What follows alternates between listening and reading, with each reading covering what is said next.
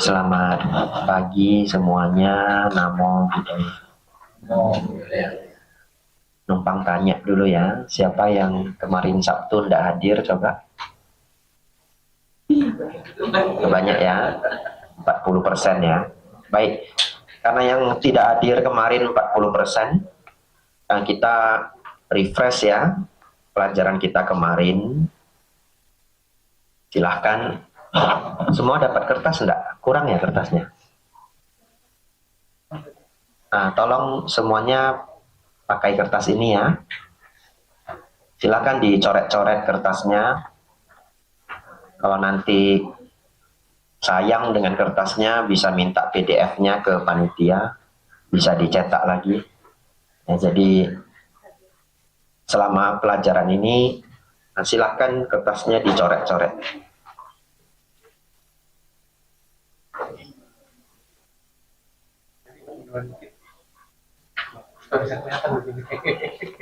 Tadi saya bilang tidak makan 3 hari juga tahan ya. Dan saya benar-benar pernah tidak makan 3 hari ya. Waktu itu berpuasa di Solo, saya pengen tahu tidak makan 3 hari itu rasanya kayak apa gitu. Fasting ya, 72 jam.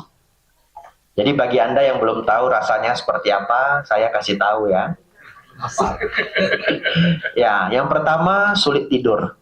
Ya, kalau kita fasting kita sulit tidur. Sulit banget tidurnya. Ya. Yang kedua, ludah kita menjadi hambar. Ya, jadi ternyata ludah kita itu ada manis-manisnya. Ya, setelah kita puasa lebih dari 1,5 hari, hambar betul. Lanjut ya. Kita bersemangat ya, sebenarnya pikirannya lebih, otaknya lebih bersemangat ya. Dan yang menarik satu, di dalam kepala kita sering terbang bakwan, nasi padang, dia lewat ya, lewat ya. Nggak terlalu lapar sebenarnya, tapi rasa ingin makannya itu melebihi lapar. Jadi musuh kita bukan lapar, tapi rasa ingin makan ini loh, bakwan terbang, dia lewat ya. Apa yang Anda suka lah ya, takoyaki lewat ya. Dan kalau sakit mah ya jangan dicoba ya, tapi siapa yang pengen tahu rasanya silahkan ya. Lalu setiap kalau laparnya naik, tipsnya itu minum air garam ya.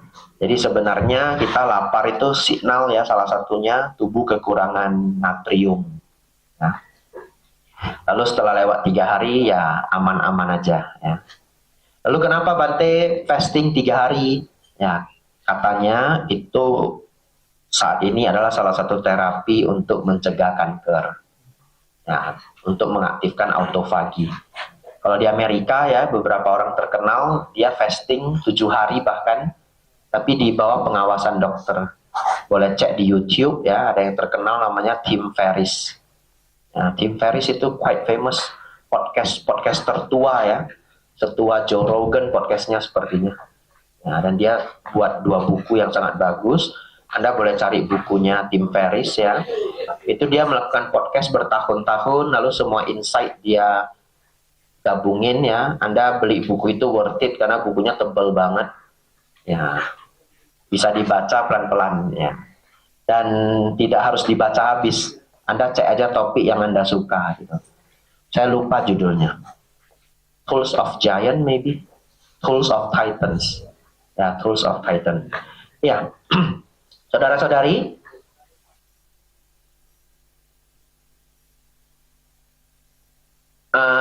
kita bacakan ya yang kemarin tidak hadir harus fokus 2 kali lipat karena hari ini pembahasannya nanti langsung kebenaran mulia yang ketiga. 4 kebenaran mulia. Pusat dari keseluruhan ajaran Sang Buddha adalah 4 kebenaran mulia, Cattari Arya Satca. Jika seseorang dapat memahami 4 kebenaran mulia ini, maka seseorang dapat memahami Buddhisme. Sang Buddha mendefinisikan kebenaran mulia pertama seperti ini. Jadi saudara-saudari, ini saya ingin memberi insight ya untuk semua yang hadir. 4 kebenaran mulia ini ada di semua aliran. Jadi tidak peduli teman-teman senangnya Theravada, senangnya Mahayana, senangnya Vajrayana atau Tantrayana, empat kebenaran mulia ini sama, ya. Dan kalau aliran Buddhism Anda tidak ada empat kebenaran mulia ini, Anda harus question mark, ya. Maybe itu adalah New Age Buddhism. New Age Buddhism. Apa itu Bante New Age Buddhism? Sebenarnya it's a kind of new religion, tapi dia numpang pakai nama Buddhism. Nah, itu terjadi di Indonesia. Kenapa? Karena Indonesia ada agama official. Jadi kalau yang non agama official, dia mau masuk ke Indonesia, caranya gimana? Dia jadi cabang gitu. Dia jadi branch gitu. Tapi kan bukan Buddhis. Ya, di Indonesia bisa lah, ya. Di Indonesia apa aja bisa ya, selama dia memenuhi kriteria agama. Kriteria agama di Indonesia itu cuma dua. Ada Tuhannya dan tidak mengajarkan kejahatan. Cuma dua itu. Kalau dua itu dia bisa masuk gitu. Makanya aliran kadang bertambah. Tapi sebagai pengalaman ya teman-teman, kalau dikatakan Buddhis itu harus ada dua. Satu, harus ada Triratna, Buddha, Dhamma, Sangha. Yang kedua, harus ada empat kebenaran mulia. Anda cek ya, Anda yang pernah belajar Mahayana, Tantrayana, ada nggak hukum karma? Ada ya? Hukum karma itu nanti ini yang nomor 4, pandangan benar, nanti kita masuk ya. Jadi oleh karena itu ini adalah dasar yang sangat penting bagi semua kita murid Sang Buddha. Yang kedua, saudara-saudari, ajaran pertama yang diajarkan Sang Buddha itu adalah Dhammacakkappavattana Sutta kepada 5 pertapa penyiksa diri. Dan Dhammacakkappavattana Sutta itu isinya adalah 4 kebenaran mulia. Dan Bante Kondanya mencapai Sotapanna. Itu artinya kalau seseorang benar-benar mempelajari 4 kebenaran mulia, ini adalah modal untuk mencapai kesucian yang paling dasar. Dan dalam sutta, kalau seseorang sudah mencapai Sotapanna, dia pasti mencapai Nibbana. Paling lama 7 kehidupan. Begitu ya. Berarti hanya bermodalkan ini, beberapa orang yang punya potensi mampu mencapai Nibbana walaupun belum lengkap, ya toh? Jadi ini adalah benar-benar dasar yang paling penting. Jadi tidak peduli teman-teman belajar Dharma sudah 5 tahun, sudah 10 tahun, sudah 20 tahun, Anda benar-benar harus selalu menguasai ini, ya. Teman-teman yang baru hadir hari ini ya, tidak banyak belajar Dharma atau yang sudah belajar sampai Dharma yang rumit-rumit, Paticca Samuppada, Pancakkhanda. Tapi kalau Anda miss ini, sayang. Anda tidak punya step pertamanya. Anda boleh tanya atlet profesional manapun. Anda boleh tanya. Di bidang apapun. Apa yang paling penting? Mereka akan mengatakan basic, fundamental. Tadi Cisari jawab apa? Ini pemanasan dulu. Oh, pemanasan. Ya, tadi kita sudah pemanasan sih, meditasi 5 menit. Ya. Bela diri yang pernah saya ikuti itu basketball, ya. Jadi di zaman saya ada Kobe Bryant, ya. And Kobe Bryant just do the basic move again and again, ya. Dia begitu jump shot ya, mundur ke belakang, saya udah lupa istilahnya. Apa, lompat sambil mundur ke belakang and fade away ya. Dia begitu fade away, susah banget untuk dicegah ya. Dulu saya di kota Medan ada pemain Angsa Pura ya, itu tim terbaik di kota Medan. Ini ada rekaman ini ya. Ada dosanya ini. Jadi waktu itu saya demam ringan ya, saya izin dari sekolah ya, bolos ringan gitu ya. Jadi bolos ringan malahan saya pergi lihat atlet main basket gitu, karena jarang-jarang mereka latihan live gitu.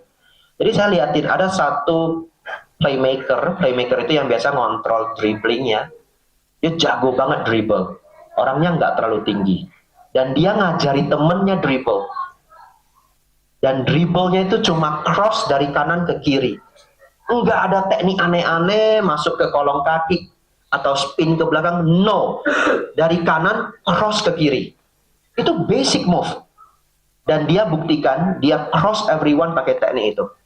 Terus apa rahasianya?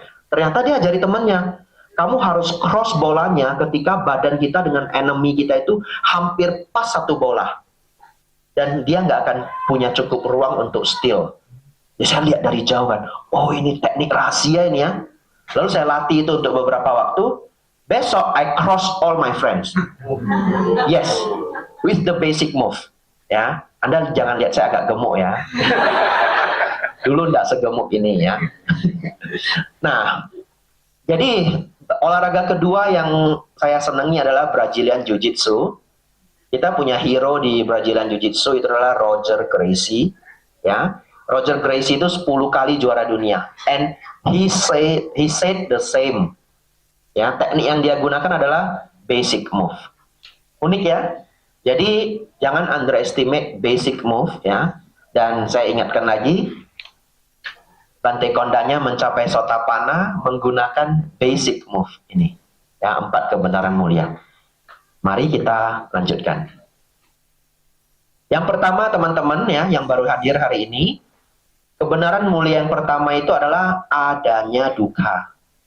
Dan apa kebenaran mulia mengenai duka? Duka Arya Saca, kelahiran adalah penderitaan, menua adalah penderitaan, kesakitan adalah penderitaan, kematian adalah penderitaan, kesedihan adalah penderitaan, ratap tangis adalah penderitaan, rasa sakit, duka cita, dan keputusasaan adalah penderitaan. Berpisah dengan yang dicintai adalah penderitaan. Berkumpul dengan yang tidak disukai adalah penderitaan. Sang Buddha merujuk pada penderitaan fisik dan penderitaan batin. Penderitaan fisik yaitu sakit karena penyakit, umur tua, kelelahan, dan sebagainya. Kalau penderitaan psikis yaitu semua penderitaan mental, takut, bosan, khawatir, duka cita, kesepian, dan keadaan psikologis negatif lainnya ya. Keadaan psikologis negatif lainnya itu malu ya, marah, kesel, dan lain-lain, tersinggung. Lanjut, menjalani kehidupan adalah mengalami penderitaan dalam taraf yang banyak maupun sedikit. Ya, tidak ada orang di dunia ini yang tidak mengalami penderitaan ya. Hanya bedanya banyak atau sedikit. Contoh, ada orang mungkin seumur hidupnya tidak pernah sakit gigi, ada. Tapi tidak ada orang yang tidak pernah sakit perut. Kita tes ya. Siapa di sini yang tidak pernah sakit gigi? Ada?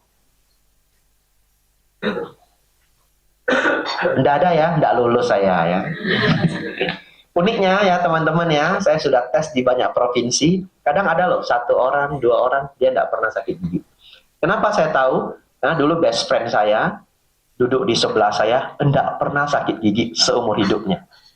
Ya, kok bisa Bante? Papanya rajin bawain dia ke dokter gigi. Ya. Tapi tidak ada orang yang tidak pernah sakit perut. Jadi kalau Anda ngajar duka ya, mana tahu nanti ada yang jadi guru Dharma atau sharing ke keponakannya tentang Dharma. Kalau dia anak konglomerat, jangan pakai contoh sakit gigi. Mungkin dia tidak pernah sakit gigi ya. Ganti contohnya, sakit perut. Lanjut ya. Sang Buddha tidak menyangkal, silakan yang bawa pena di garis bawahi. Sang Buddha tidak menyangkal akan keberadaan kesenangan dan kebahagiaan. Jadi teman-teman, kita belajar Dharma, walaupun topiknya duka di awal, bukan berarti kita menuju penderitaan ya. Tapi kita belajar mencari problemnya, agar problemnya bisa kita solve. Jadi, tujuan dari Buddhism itu tetaplah kebahagiaan. Sang Buddha hanya berusaha membawa perhatian kita pada fakta yang sangat jelas bahwa penderitaan adalah bagian dari kehidupan kita seutuhnya.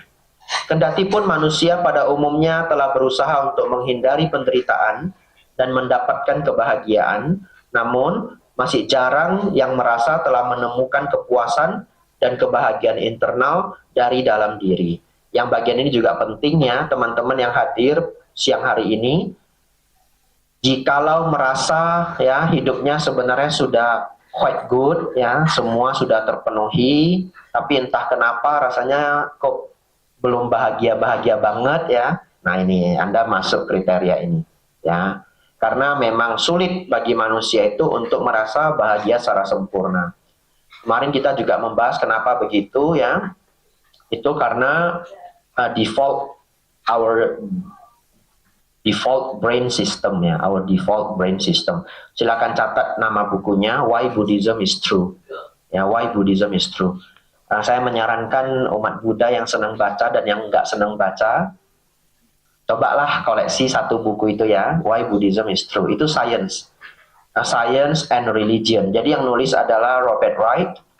Dia dosen di Princeton. Dia PhD-nya Science and Religion. Ya, jadi dia akan bahas Buddhism, ada sainsnya. Kenapa saya sebut our brain default system? Itu karena otak kita itu terdesain untuk tidak gampang terpuaskan, begitu ya. Bahkan si Robert Wright itu kasih contoh. Jadi Anda boleh terjemahkan dukkha sebagai penderitaan dan ketidakpuasan. Ya, kalau Anda ingin menerjemahkan ke penerjemahan yang paling dekat ya, DUKKHA, dukkha, artinya penderitaan dan ketidakpuasan. Jadi kalau kata dukkha dalam bahasa Indonesia, DUKA, itu adalah misery, tragedi. Tapi kalau dalam bahasa Pali, dukkha itu artinya ketidaknyamanan mental ya, atau ya itulah penderitaan dan ketidakpuasan. Dari yang sangat kecil sampai yang besar ya. Jadi kalau kita pakai bahasa Indonesia duka itu hanya yang besar aja ya, kehilangan rumah, kehilangan pekerjaan ya, bangkrut, putus cinta, itu misery gitu. Kalau yang dharma, DUKKHA, itu semua ketidaknyamanan mental juga dukkha. Nah, Robert Wright membuat contoh ya. Contoh, kita pulang kerja sangat lelah, sampai di rumah sangat lapar, ada 3 donat kecil. Anggaplah kita itu favoritnya donat kecil itu. Anehnya, ketika kita menikmati 1 donat kecil, pikiran kita sudah menuju pada sisa yang 2. Dan sambil berpikir, aduh, kurang banyak. Misalkan begitu ya, karena lagi lapar banget. 3 hari tidak makan ya. Jadi, anehnya, harusnya pada saat donat ini masuk ke mulut, harusnya kita happy enggak? Happy ya, tapi di saat yang bersamaan ada kegelisahan, khawatir, aduh tinggal sedikit, aduh sisa nggak banyak. Nah di situ juga dukkha. Jadi dukkha itu sangat unik. Dukkha bahkan bisa hadir pada saat kita bahagia, ya. Atau kemarin saya membuat contoh, dulu saya senang barbecue, kadang sambil barbecue ngumpul dengan teman-teman bisa muncul kegelisahan. Aduh, pesta ini nanti juga usai, begitu ya? Ya, demikianlah kehidupan manusia. Nah, kita dukkha itu hadir ya. Yang jadi ibu lebih sedih lagi ya. Dia bermain dengan anaknya dengan sangat seru sambil berpikir, aduh nanti udah gede anak saya tinggalnya jauh gitu ya. Ya, itu penderitaan banyak ibu-ibu ya. Ya, demikianlah kehidupan. Jadi dengan menceritakan konteks ini teman-teman jadi tahu kenapa dalam Buddhism Sang Buddha mengatakan dukkha itu hampir selalu hadir dalam kehidupan kita. Tapi bukan duka yang misery, yang tragedi ya. Tapi hal-hal kecil seperti ini. Lanjut. Kendatipun manusia pada umumnya, ini tadi sudah ya, yang terakhir. Sang Buddha adalah dokter yang penuh cinta kasih, yang telah menunjukkan kepada seluruh umat manusia bagaimana cara untuk mengatasi penderitaan, rasa sakit, kematian, kelahiran ulang, dan bagaimana mencapai kebahagiaan nibbana. Di sini kita dapat melihat bahwa Sang Buddha sangat berdasarkan kebenaran atau satsa. Penderitaan yang dijelaskan oleh Sang Buddha bukanlah kepercayaan semata. Bukan hal yang dipaksa agar kita percaya, namun benar-benar adalah kebenaran yang telah kita semua jalani selama ini. Oleh karena itu, ajaran Sang Buddha dikenal sebagai ajaran yang berdasarkan pada kebenaran atau fakta, bukan merupakan ajaran yang dipaksakan untuk dipercayai. Ya, jadi teman-teman, kemarin kita belajar 2 poinnya. Poin yang kedua adalah apa sebabnya. Jadi kalau poin yang pertama adanya dukkha, yaitu penderitaan dan ketidakpuasan. Lalu yang kedua itu adalah sumbernya. Sebelum saya lanjut ya teman-teman ya, saya ingin share bahwa Buddhism itu disebut juga training based religion. Ya, kita disebut training based religion. Saya dengar istilah ini dari Bante Punnaji, Bante Payutto. Ya, Bante Payutto adalah salah satu Bante sangat senior di Thailand. Beliau mengatakan dalam Buddhism itu seperti kurikulum yang harus kita jalani. Lalu sembari kita menjalaninya, kita train ourselves ya.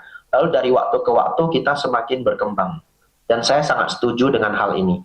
Anda pulang nanti ya, kalau Anda rajin ya, Anda cari kertas, Anda coba tulis semua sumber penderitaan dalam hidup Anda. Semua. Ya, nanti pulang Anda tulisin semua. Mungkin nomor 1, duit kurang banyak. Gitu. Itu selalu problematik ya. Duit itu nggak pernah cukup ya. Ya, sebelum saya jadi monk, ada film Singapura judulnya Money Never Enough ya. Ya, kalau orang Medan mungkin sudah nonton ya, karena ada Hokkiennya. Ya, money never enough. Kira-kira seperti itu. Dan setelah menjadi biku ya, saya ketemu umat dari kalangan manapun dan ternyata benar ya, money is never enough gitu. Nah, Anda boleh tulis semua masalah yang Anda anggap sebagai sumber penderitaan. Contoh nomor 1, kurang disayang si A. Nomor 2, ingin ini. Nomor 3, gampang marah. Nomor 4, keluarga kurang harmonis. Atau nomor 5, ada problem dengan teman baik, whatever. Anda tulis semua yang disebut problem dalam hidup yang membuat kita menderita. Dan semua kurikulumnya ada di Buddhism. Yes. Ya, semua kurikulumnya. Saya tidak bisa berani mengatakan semua lah. Let's say 85%. Ya. 85% sumber penderitaan kita itu di-cover oleh Buddha, oleh ajaran Sang Buddha. Lalu yang lain sebenarnya bukan tidak lengkap, tapi yang lain tidak mendalam. Contoh, kalau masalah finance ya Sang Buddha bukan ahlinya finance. Tapi Sang Buddha ngajar juga bagaimana jadi umat Buddha itu bisa sejahtera. Ada sutanya, namanya Digajanu Sutta. Ya, pernah saya share di YouTube, tapi agak sulit carinya. Sang Buddha di situ tulis kalau ingin sejahtera dalam hidup, nomor 1 punya skill, knowledge, attitude. Ya, dan sangat reasonable. Semua yang diberikan Sang Buddha itu sangat reasonable. Ya, beliau nggak pakai bahasa skill, knowledge, attitude ya. Bahasa beliau adalah memiliki usaha yang tidak kenal henti dalam memiliki keterampilan, mengatur sesuatu yang memiliki kemampuan untuk mengatur, ya, memiliki penilaian yang baik dan lain-lain itu. Nah, itu kalau diubah jadi bahasa Inggris ya, keterampilan itu skill, betul ya? Mengatur sesuatu yang belum sesuai, manajemen. Ya, punya penilaian yang baik, good judgment ya. Saya pernah dengar podcastnya Naval Ravikant, orang sangat sukses di Amerika. Dia bertanya ke hostnya ya, atau lawan bicaranya, kenapa CEO dibayar mahal? Betul ya? Kenapa CEO dibayar mahal? Kalau Anda menjawab pendidikannya tinggi, Anda yang master degree fresh graduate dari Sydney University nggak jadi CEO, betul ya? Atau PhD in economy nggak bisa langsung jadi CEO. Pengalamannya banyak. Yang lain juga pengalamannya banyak. Koleganya kan semua bekerja sama lamanya dengan si CEO. Menurut Naval Ravikant, CEO dibayar mahal itu skill paling mahal yang dibayar untuk seorang CEO itu adalah a good judgment. Karena dia yang bawa kapal, betul ya? Kapal mau belok kiri, kapal mau belok kanan. Dan saya sangat terkejut, Sang Buddha meletakkan itu di sutta, memiliki penilaian yang baik, which is itu adalah good judgment. Ya, kita baca pelan-pelan, ini bentuk super singkat ya. Jadi punya sifat rajin ya, tidak boros, dan salah satu poin yang sangat besar yang diberikan Sang Buddha itu adalah tidak punya teman yang buruk. Jadi Sang Buddha berulang-ulang menasehati kita, jangan punya teman yang buruk. Anda baca Manggala Sutta, itu the first advice ya, adalah asewana cak balanang pandita nancak sewana. Jangan bergaul dengan orang jahat, bergaul dengan orang baik. Nah, kembali di Digajanu Sutta ya, cara untuk sukses, beliau taruh lagi, jangan berteman dengan orang jahat. Kenapa? Anda boleh cek ya. Umumnya orang kehilangan uang itu karena kena scam, teman. Nabung, diajak MLM palsu, kena scam. Betul ya? Nabung, diajak investing entah jenis apa, scam lagi, habis lagi ya. Nabung, kena money game. Tahu money game? Ya, kalau di zaman dulu ada BMA. Itu zaman papa mama saya. Ada BMA. Zaman saya ada fast track, diamond, or whatever. Taruh 5 juta, nunggu 3 minggu, jadi 8,5 juta. Ngerti ya? Taruh 5 juta, nunggu 2 minggu, jadi 10 juta. Ya, Cisari pernah ketemu sih? Namanya Ponzi scheme. Atau kita sering sebut money game. Ya. Ponzi. P-O-N-Z-I. G-I ya. P-O-N-G-I. Ponzi. Anda nanti boleh cek di Wikipedia, di Google ya, namanya Ponzi. Nah itu saya lihat ya, setiap 5-10 tahun itu muncul Ponzi yang baru, targetnya anak-anak muda yang baru tamat SMA, baru kerja, karena mereka nggak ngerti. Ya, dulu keluarga saya juga, mama saya beli, papa saya beli ya. Akhirnya papa saya menang, mama saya kalah. Ya, supaya jus ya, kemenangan papa saya kasih ke mama saya. Jadi kita jus gitu, satu family jus ya. Ya. Kenapa Bante harus keuntungan papa kasih ke mama? Ya demikianlah nasibnya ya. Ya katanya uang istri milik istri, uang suami milik istri gitu ya. Ini bercanda kan, ini ada online-nya ya. Ya ini izin sama parents saya ya, bercanda ya parents. Ya. Jadi teman-teman jangan kena scam ya. Kalau mau sukses jangan kena scam. Hati-hati, jangan. Kalau teman kita punya kayak sifat-sifat agak buruk, kita sudah harus mulai hati-hati gitu. Yaitu ada semua di Gajah Sutta. Kita lanjut. Anda yang tertarik ya, boleh cari nama sutanya di Gajah. Nanti kalau saya berhasil menemukan ceramah saya sendiri, saya kirim ke Cisari ya, mungkin bisa di-share di grup. Karena saya nggak punya YouTube official, nggak ada. Ya, jadi nggak tahu siapa yang rekam dan siapa yang share. Teman-teman, yang nomor 2 kita tidak bahas terlalu banyak. Nanti pas saya makan siang, teman-teman membaca sendiri. Tapi saya hanya mau bahas tabel ini ya. Jadi ternyata Sang Buddha mengajarkan kita semua penderitaan kita itu kita juga yang memunculkannya. Ya, dan sumbernya dari 2. Nafsu keinginan ditambah ketidaktahuan. Nah, ini adalah rumusnya. Saya akan sedikit bercerita bahwa mengapa dikatakan penderitaan itu kita yang buat sendiri. Contohnya adalah, bayangkan seorang anak kecil ya, umur 2 tahun, dia punya permen setumpuk gini, segenggam, terus kita ambil permennya, nangis nggak dia? Nangis ya, nggak berhenti-berhenti, marah dia.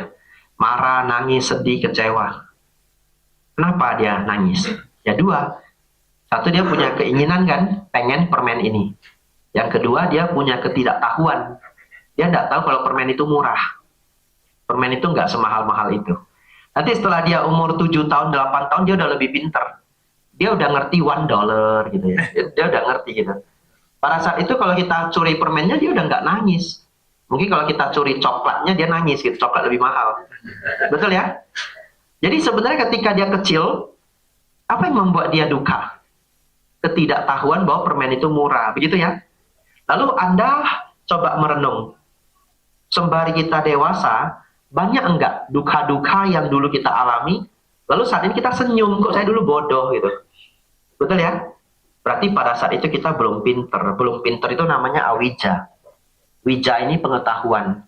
Bahasa Sanskertanya widya. Ya. Jadi awidya, tidak ada knowledge. Nah, kalau kita punya knowledge, kita jarang menderita. Nah, knowledge itu di era ini kita sebut sebagai salah satunya wisdom. Jadi saya sangat senang melekatkan kata wisdom itu dengan knowledge bersamaan. Wisdom and knowledge. Ya, walaupun ya pada prakteknya lebih kurang sama. Ya, wisdom itu juga menggunakan knowledge untuk kita bisa contemplate, kita bisa pondering ya. Tapi supaya lengkap, saya senang menyebut keduanya. Nah, semoga ya dengan pelajaran Dharma, kita terus belajar, dan belajar, knowledge kita bertambah, Apa yang dulu membuat kita marah, pelan-pelan, oh nggak marah lagi. Ya, apa yang dulu membuat kita bersedih, pelan-pelan kita jadi sudah nggak bersedih lagi. Nah, itulah tujuan kita belajar Buddhism. Ada pertanyaan sejauh ini? Tidak ada ya, tidak ada. Saya baca sedikit ya. Sebagai contoh, di bawah tabel ya, seseorang dapat saja memiliki hasrat sangat tinggi untuk menjadi kaya, karena ia berpikir uang dapat membuatnya bahagia. Oleh karena ia tidak sanggup menjadi kaya, ia menjadi frustasi dan tidak puas. Hubungan antara nafsu keinginan menginginkan uang dan ketidaktahuan secara keliru mempercayai bahwa uang membawa kebahagiaan, secara sangat jelas terlihat sebagai sebab dari penderitaan orang tersebut. Ya, jadi teman-teman, menurut saya ini kalimatnya Bhante Dhammika ya. Saya ambil dari buku beliau, judulnya All About Buddhism, tapi bukunya sudah nggak bisa dicari ya. Hampir sudah nggak bisa dicari. Kalau Anda ketemu beliaunya, tanyain ya, gimana biar kami bisa punya buku All About Buddhism. Karena beliau authornya, beliau tinggal di Queensland katanya. Ya, pernah datang kemarin nggak sih? Pernah ya. Ya, katanya sekarang tinggal di Queensland, tapi alamatnya dirahasiain. Karena beliau biar nggak sibuk gitu. Beliau terkenal ya. Lanjut. Untuk 2 paragraf ini teman-teman, saya ingin memberi tambahan ya. Karena beberapa orang mungkin kurang setuju dengan 2 paragraf ini. Ini contoh dari beliau. Tapi saya pribadi setuju ya. Jadi saya ingin memberi advice ya. Kalau seseorang sangat ingin menjadi kaya, sangat ingin menjadi sukses, mohon ya, dia harus dengerin Jim Carrey. Coba kita buka Jim Carrey. Jim Carrey bilang, saya pikir setiap orang harus menjadi kaya dan terkenal dan melakukan segala sesuatu yang mereka impikan, sehingga mereka dapat melihat bahwa itu bukanlah jawabannya.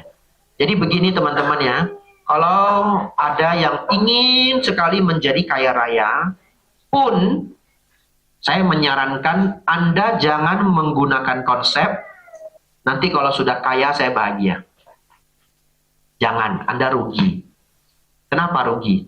Kalau kayanya umur 40, berarti start umur 40 Anda baru bahagia, betul ya? Jadi umur dari 21 sampai 40 Anda fight ya 19 tahun, Anda nggak ada bahagianya. Rugi. Yang untung bagaimana? Yang untung adalah mencintai proses, betul ya? Ya, uang itu bukan sumber kebahagiaan satu-satunya. Saya tidak mengatakan uang bukan sumber kebahagiaan. Saya nggak ngomong begitu ya. Nggak ada uang itu amsyong juga hidup ini. Betul ya? Tapi uang bukanlah satu-satunya sumber kebahagiaannya. Jadi kalau uang belum banyak, ya mudah-mudahan semua uangnya banyak ya. Ya, ini kan online biar direkam untuk waktu yang lama. Ya, kalaupun uang dirasa belum banyak, bukan berarti kita menderita, betul ya? Cari kebahagiaan-kebahagiaan internal, kebahagiaan-kebahagiaan yang tidak banyak menggunakan uangnya. Berkumpul dengan teman, gardening ya, playing sports ya, telepon orang tua, telepon adik ya, keluar sama teman, datang ke wihara, hiking, tidak pakai uang. Masa harus nunggu umur 40 baru happy? Gawatnya, nanti sudah kaya, umur 45, udah kaya 5 tahun ini ya, datang ke saya. Bante, hidup saya penuh penderitaan. Ini real. Nah, saya curhat ke Anda sebagai mang ya, sebagai biku. Orang yang duitnya lebih kurang kan katanya duit nggak bunyi. Itu bahasa orang Medan, duit nggak bunyi. Duit nggak bunyi itu artinya kita nggak pernah bisa menilai hartanya orang. Ya, tapi orang yang punya 1 pabrik, 2 pabrik, multi pabrik, ada juga yang datang ke saya menceritakan misery of life-nya. Ngerti ya? Tapi selain itu ada orang yang normal saja ya, tidak punya pabrik, punya pekerjaan yang layak, ya, punya anak bekerja, semua normal aja, lalu share ke saya, hidupnya sangat bahagia, betul ya? Jadi ternyata kalimat ini benar, kebahagiaan itu tidak semata-mata terletak pada jumlah uang yang kita miliki. Kembali itu adalah bagaimana Anda memanage hidup Anda. Semoga dengan Dharma, apapun keadaan kita, kita jadi lebih berbahagia dan tidak menjadi lebih menderita. Kalau Anda punya cita-cita ingin jadi super kaya, ya, silahkan ya. Tapi kejarlah cita-cita itu tanpa melanggar sila. Umat boleh menjadi kaya, bukan tidak boleh. Ya. Tapi jangan melanggar sila. Kalau bisa, saya senang konsepnya orang Eropa ya. Mereka berpikir hidup itu harus bermanfaat untuk orang lain. Jadi mereka kadang mengabdikan dirinya untuk riset satu hal 10 tahun, 15 tahun untuk nyiptain satu alat yang katanya bisa membantu dunia. Jadi di beberapa negara di Eropa, mereka ateis ya, beberapa negara majority ateis, nggak percaya agama, tapi mereka merasa legacy yang tujuan hidup tertinggi mereka itu adalah ada legacy gitu. Nah, jadi mereka kalau merasa sudah contribute something to the world, ya itu hidupnya udah bagus gitu. Karena kan dia nggak punya religion. Makanya beberapa saintis itu semangat banget riset sonarnya kapal. Bisa 25 tahun dia riset sonarnya kapal. Ya, riset alat bor yang lebih canggih.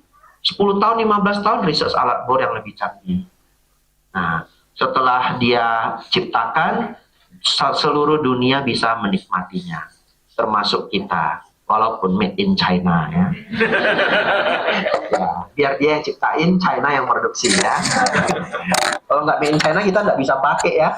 Dyson itu, Dyson ya. Dyson itu meneliti vacuum cleaner itu 5 years ya. Kemarin saya tinggal di rumahnya Pak Tiansen ya. Tiansen ya. Apa? Tian-ing. Sorry namanya salah tuh ya.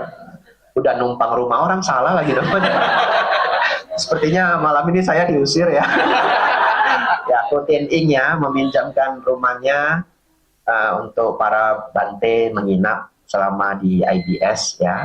Saya akan stay 2 minggu. Ya, Pak Tian-ing juga pakai Dyson. Jadi pas saya lihat Dyson, I know the story ya. Orangnya 5 tahun research vacuum cleaner. Setelah itu dia mau jual ke company di Amerika, nggak ada yang mau beli teknologi dia. 5 years loh dia berjuang. Akhirnya dia jual ke Jepang, ya. Akhirnya dia jual ke Jepang. Dyson itu punyanya Jepang sekarang, license-nya. Ya, 5 years. Dan sekarang semua orang bisa pakai yang made in China, ya.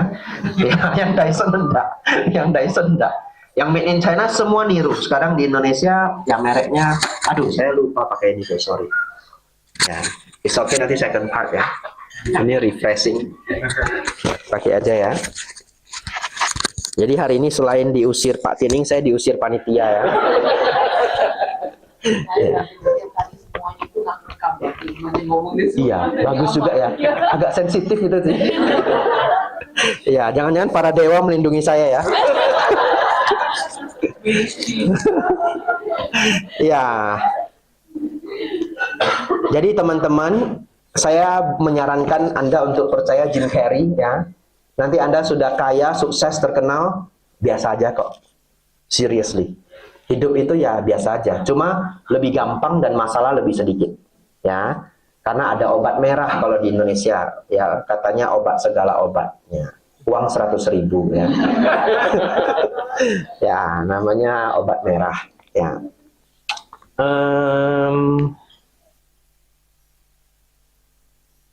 Sepertinya ada part yang saya terlupakan, but it's okay ya. Nanti kalau ingat saya sampaikan. Oh ya, kenapa hal itu terjadi ya? Kalau menurut buku Why Buddhism is True, ya, dia menjelaskan Buddhism by Science. Itu karena sistem brain default system kita itu adalah happiness itu menguap, evaporate ya. Apapun happiness yang Anda alami, kalau Anda mengalami happiness yang sama berulang-ulang, dia evaporate. Ya, salah satu contoh tempat yang Anda suka banget. Coba tinggal di sana 2 tahun. Jadi biasa aja. Betul ya? Tetap indah. Saya sudah tinggal di Wira Mendut 10 tahun, tetap indah. Tapi nggak seindah hari pertama saya nginap di Mendut. Indah banget ya, ada gunung, ada candi, ada suara burung, suara desa ya. Nah, tetap indah tapi sudah nggak seindah itu. Makanan yang Anda paling sukai, coba makan setiap hari selama 3 bulan, betul ya? Ya, enaknya berkurang. Beberapa orang bisa loh, breakfastnya sama for 5 years. Beberapa orang, ya, tapi tidak semua orang bisa. Ya, jadi saudara-saudari, kenapa ketika orang sudah sangat kaya raya pun, duitnya 1 triliun pun, bukan berarti dia tidak ada duka, karena happiness itu evaporate, ya. Atau bahasa lainnya itu membiasa. Apapun yang sudah kita miliki membiasa. Tapi uniknya teman-teman, kalau Anda berlatih meditasi ataupun happiness yang lebih spiritual, ya. Apa berarti happiness yang lebih spiritual? Gratitude, ya. Lalu kebersamaan, merasa hidup ini sudah baik, sudah bermakna, doing good, betul ya? Termasuk meditation, itu happiness-nya tidak evaporate. Menarik loh, ya. Happiness-nya itu malah naik. Anda latihan meditasi awalnya sulit ya, lama-lama lebih gampang, dan Anda menjadi lebih tenang. Meditasi itu kayak jogging, awalnya sulit. Gak ada yang bilang jogging hari pertama itu gampang, gak ada. Tapi ada orang yang sudah rutin jogging selama setahun, dia mengatakan jogging itu menyenangkan, betul? Meditasi persis seperti itu, awalnya sulit teman-teman. Ya, jadi kalau Anda sulit bermeditasi, start aja 10 menit, gak usah banyak. Ya, 10 menit tapi rutin, 10 menit tapi rutin ya. Nanti naik pelan-pelan ya. Bahkan nanti bisa jadi 1 jam, bisa jadi 2 jam. Nah, kita stop dulu. Yang bagian terakhir adalah ada keinginan yang baik, ada keinginan yang buruk ya. Teman-teman baca sendiri. Keinginan-keinginan yang jahat disebut tanha, keinginan-keinginan yang baik disebut canda ya. Jadi umat Buddha bukan tidak boleh memiliki keinginan, tapi keinginannya yang baik-baik. Ya, silakan dibaca pelan-pelan. Kita tutup dulu. Saya makan siang ya. Anumodana semuanya.